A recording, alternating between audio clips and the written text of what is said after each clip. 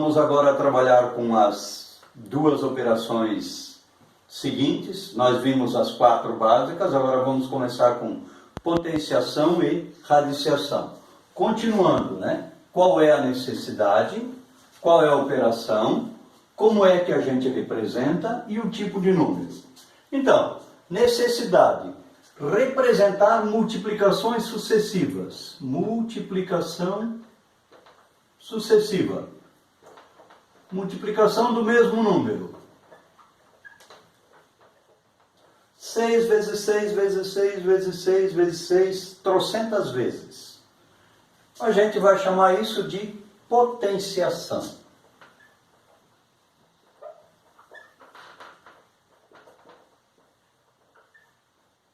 E vai representar por, já não dá mais para representar por apenas um número, a gente vai usar 2 números, uma base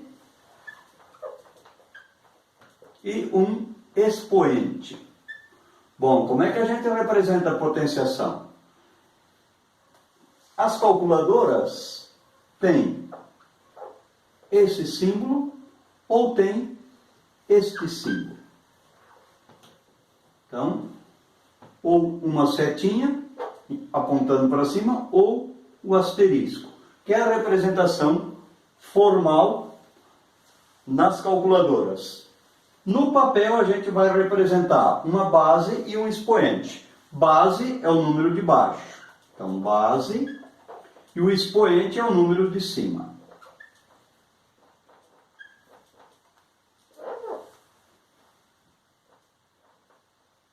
Base e expoente. Então, eu vou multiplicar o 6 por ele mesmo 8 vezes. Então, base 6 elevado a 8.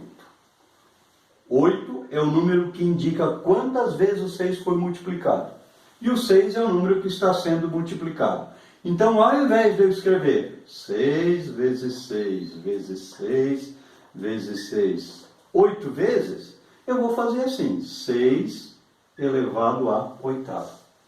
Foi a representação, foi a necessidade de representar uma multiplicação sucessiva, multiplicação do mesmo número por ele mesmo, n vezes, que me gerou a potenciação. Vejam, é só uma maneira mais simples de representar a multiplicação.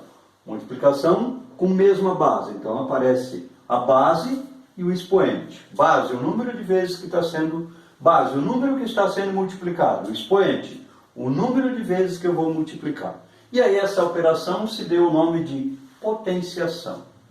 Que tipo de número vai ser usado na potenciação? Todos os números que a gente tinha até agora. Inteiro.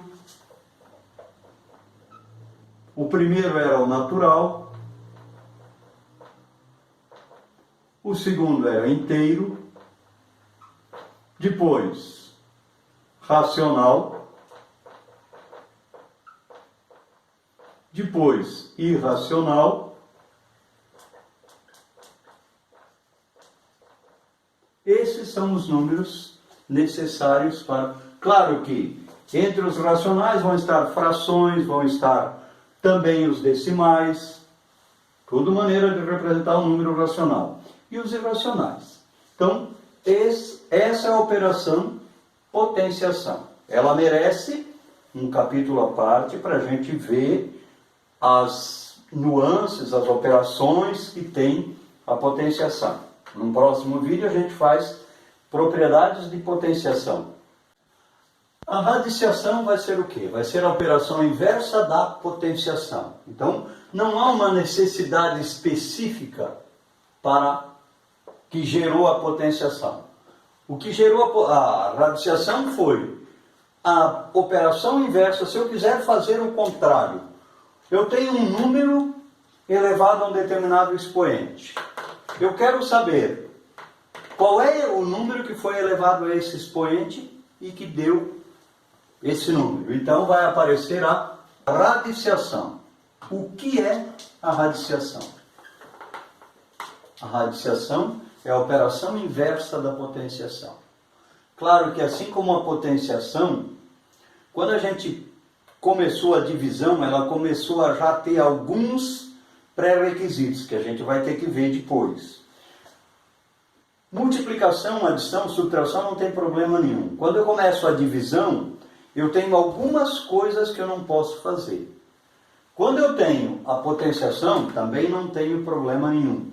Quando eu tenho a radiciação, é uma divisão, é consequência da divisão, a radiciação também tem alguns cuidados que têm que ser tomados. A gente vai ver propriedades de potenciação e propriedades de radiciação num outro vídeo específico sobre propriedades de potenciação, propriedades de radiciação e propriedades das operações em geral. O que não pode acontecer em determinadas operações?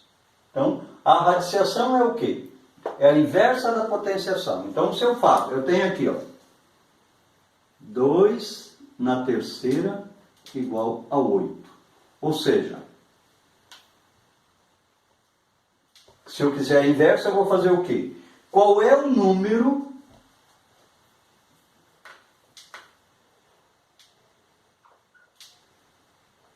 que número eu elevei a terceira para chegar ao 8? Então eu vou fazer a inversa. A inversa chama radiciação. Raiz de 8 é 2. Raiz cúbica de 8 é 2. Então, essa aqui é a operação radiciação. Eu vou achar um número que multiplicado o quê? Qual foi o número que eu multipliquei por ele mesmo 3 vezes que chegou a 8? Então, a radiciação só existe como inversa da potenciação. E claro, daí a gente, como matemático, como a matemática está sistematizando tudo, a gente tem uma série de aplicações, tanto para a potenciação, quanto para a radiciação. E aí, quando eu trabalho com a radiciação, me aparece um outro tipo de número, que eu não conheço ainda, que eu não tinha usado até então. São os chamados números complexos, ou imaginários. Complexos ou imaginários.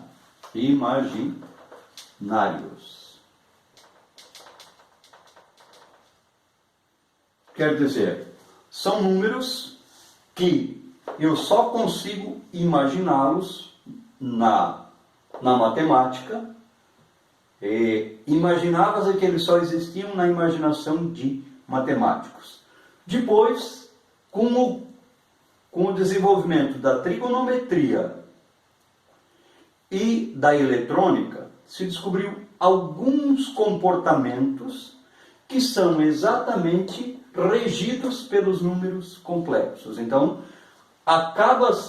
era uma coisa que era só na cabeça dos matemáticos, e quando começou-se a trabalhar com algumas operações, se descobriu que determinados fenômenos se comportam exatamente de acordo com a teoria dos números imaginários. Então, isso é a radiciação. No próximo vídeo, a gente vai falar sobre divisão, radiciação, potenciação e suas propriedades. O que pode, o que não pode, e assim por diante. Espero vocês no próximo vídeo. Beleza?